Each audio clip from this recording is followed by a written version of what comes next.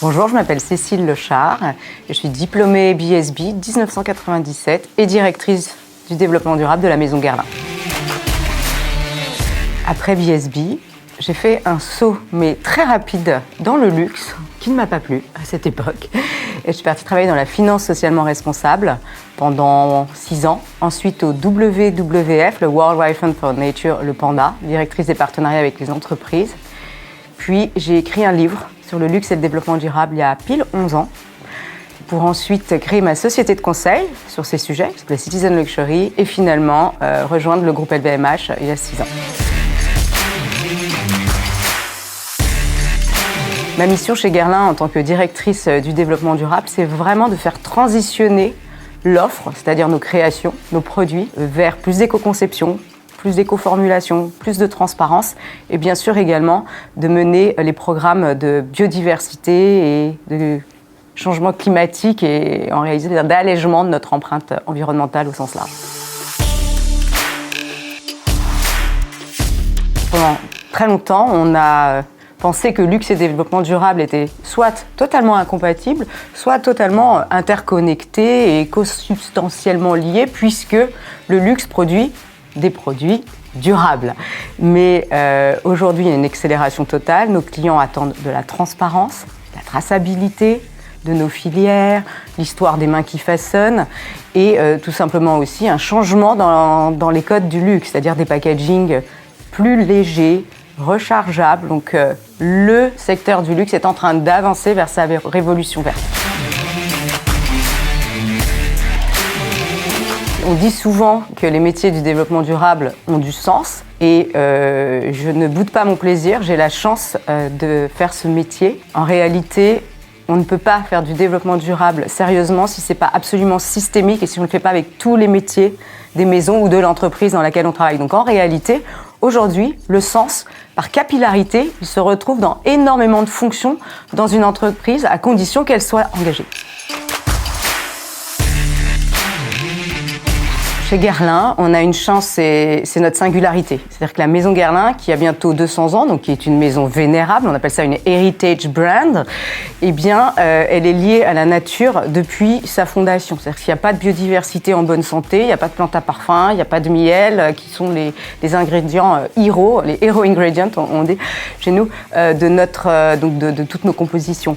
Et ça s'inscrit donc par conséquent de façon assez naturelle. Maintenant, ça fait 15 ans que le développement durable, que le département en question existe chez Guerlain, ce qui fait de cette maison une pionnière sur le secteur du luxe, mais nous faisions dans le plus grand secret, c'est-à-dire sans le faire savoir.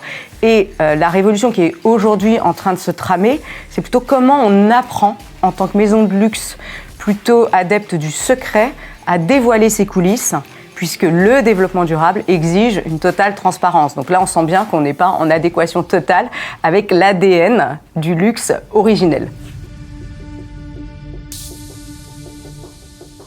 Alors en 15 ans, et puis même j'ai envie de dire en réalité en 2 ou 3 ans, il y a eu une accélération totale à la fois des attentes de la part de nos clients, mais aussi de la part de nos talents.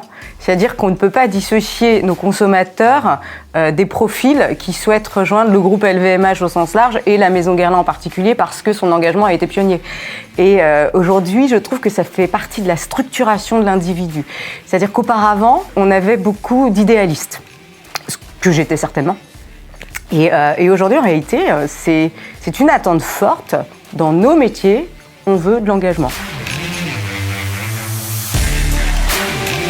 Si je dois conseiller aux étudiants qui sont absolument fascinés par le secteur du luxe de s'y lancer, eh bien, c'est déjà d'être très cultivé, c'est-à-dire de se cultiver. Le luxe, c'est pas seulement l'apparence. Moi, par exemple, j'étais pas fascinée du tout par le secteur du luxe. Je ne pensais jamais d'un jour travailler chez LVMH.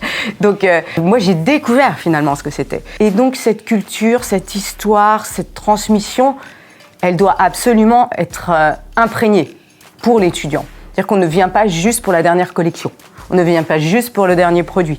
On ne vient pas juste pour l'Instagram qu'on a vu et tout d'un coup la possession qui nous obsède. Pourquoi le luxe fascine? Pourquoi la possession fascine? Non, parce qu'il y a de l'être derrière, il y a cette histoire. C'est les assets pour moi du luxe, c'est ça, c'est à la fois la transmission, mais c'était extrême qualité.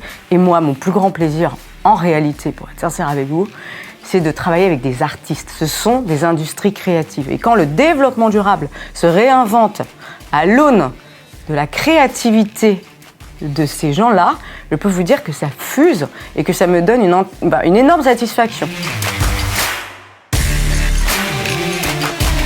J'ai passé 3 années tellement sensationnelles que j'avais peur d'être complètement nostalgique après. BSB, ça m'a structurée. C'est mon expérience d'étudiante. Ensuite, j'ai refait quelques formations par la suite, mais beaucoup plus tard. Et sincèrement, l'enseignement, mais aussi également, on était très chouchoutés. Parfois, on a eu des doutes.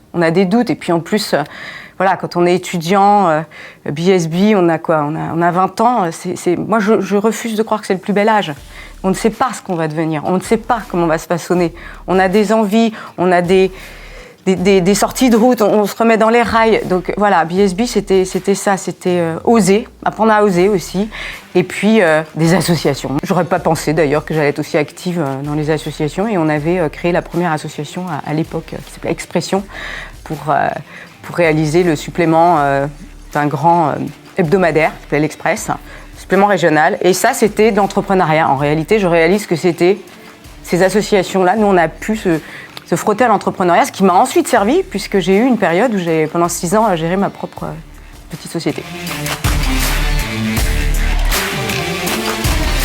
J'ai pas du tout la prétention de pouvoir donner les clés, parce que mon parcours lui-même, en fait, je l'avais pas pensé comme ça. Hein. Ouvrez-vous aussi à l'inattendu. Aujourd'hui, les étudiants, moi, je les admire, parce qu'il y a eu donc cette période qui se termine à peine de la pandémie, une adaptation à laquelle ils ont dû faire face. Je ne sais même pas si moi j'aurais été capable de tenir psychologiquement.